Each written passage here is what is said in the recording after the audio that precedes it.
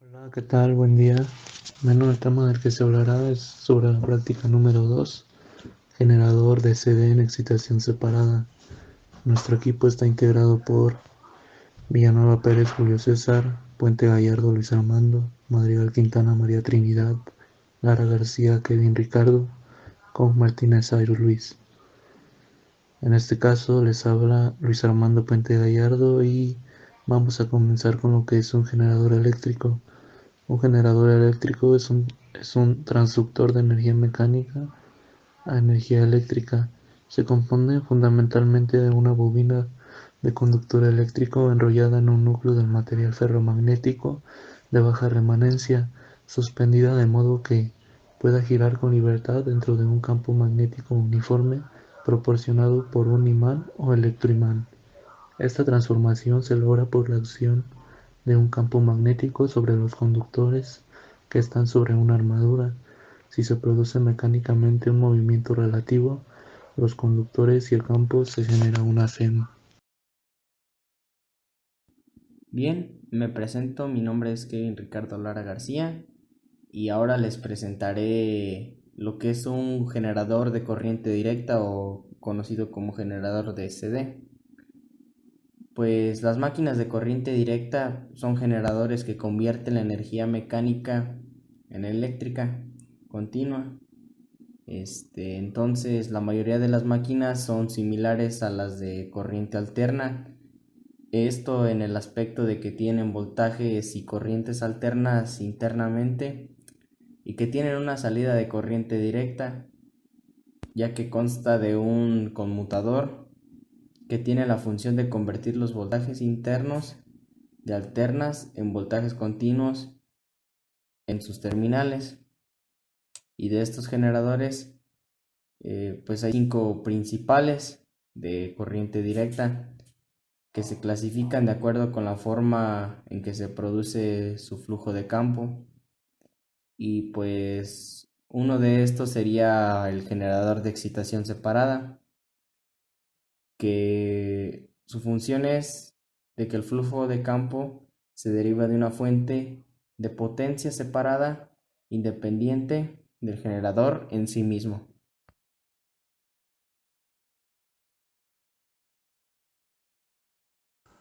Me presento, soy Julio César Villanueva Pérez, generador en derivación. El flujo de campo se deriva de la conexión del circuito de campo directamente a través de las terminales del generador en serie. El flujo de campo se produce por la conexión del circuito de campo en serie con el inducido del generador. Genera-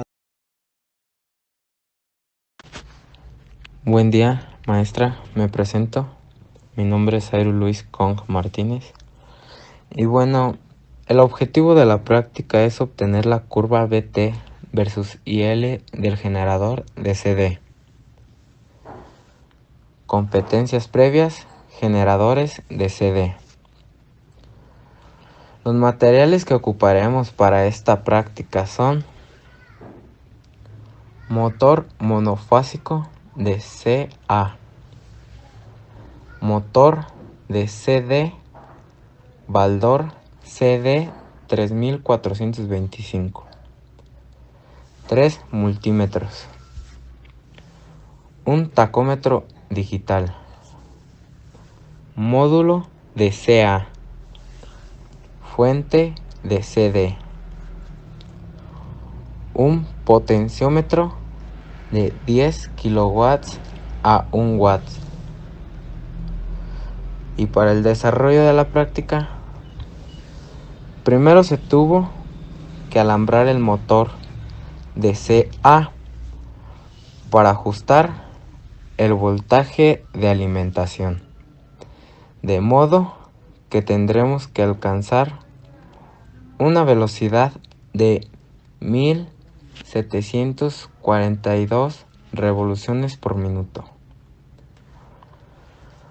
Como siguiente paso, se acopla la máquina de CD con el motor de CA a través de la flecha. Se ajustó con cinta de aislar. Para proceder a medir el voltaje en las terminales del generador en vacío sin alimentar el campo. Mi nombre es María Trinidad Madrigal Quintana y a continuación se quita la energía del motor CA para continuar con la alimentación de la máquina de CD. Conectaremos F1 y F3 en la fuente de alimentación en el positivo, F2 y F4 a la fuente de alimentación en negativo, A1 en positivo, A2 en negativo para medir el voltaje en terminales. Después, se energiza la fuente de alimentación a 40 volts para proseguir a medir el voltaje en terminales de vacío. Se enciende el devanado de campo antes de inyectar potencia mecánica al generador. Ahora, proseguiremos a medir la carga del potenciómetro, que en nuestro caso medía 10 kΩ. Con el voltaje de armadura en 40 volts, comenzaremos a agregar carga y medir los voltajes. En todos nuestros casos, la RPM será de 1750. Para el primer caso, nuestro voltaje queda de 0, el voltaje de armadura en 0, nuestra carga en 0 y la corriente en 0. En nuestro segundo caso, el voltaje queda en 71, el voltaje de armadura en 40, la carga en 0 y la corriente en 0. Nuestro tercer caso, el voltaje queda en 70.6, el voltaje de armadura en 40, la carga en 10 y la corriente en 7.3. En el cuarto caso, queda el voltaje de 70.5, el voltaje de armadura en 40, la carga en 7.5 y la corriente en 8.13. Nuestro quinto caso queda de 70.2 en el voltaje de armadura queda en 40, la carga en 5 y la corriente en 10.4. En nuestro último caso, el voltaje queda en 69.8, el voltaje de armadura en 40 y la carga en 2.5. La corriente queda en 12.4. Después de recabar estos datos, obtenemos la curva BT versus IL.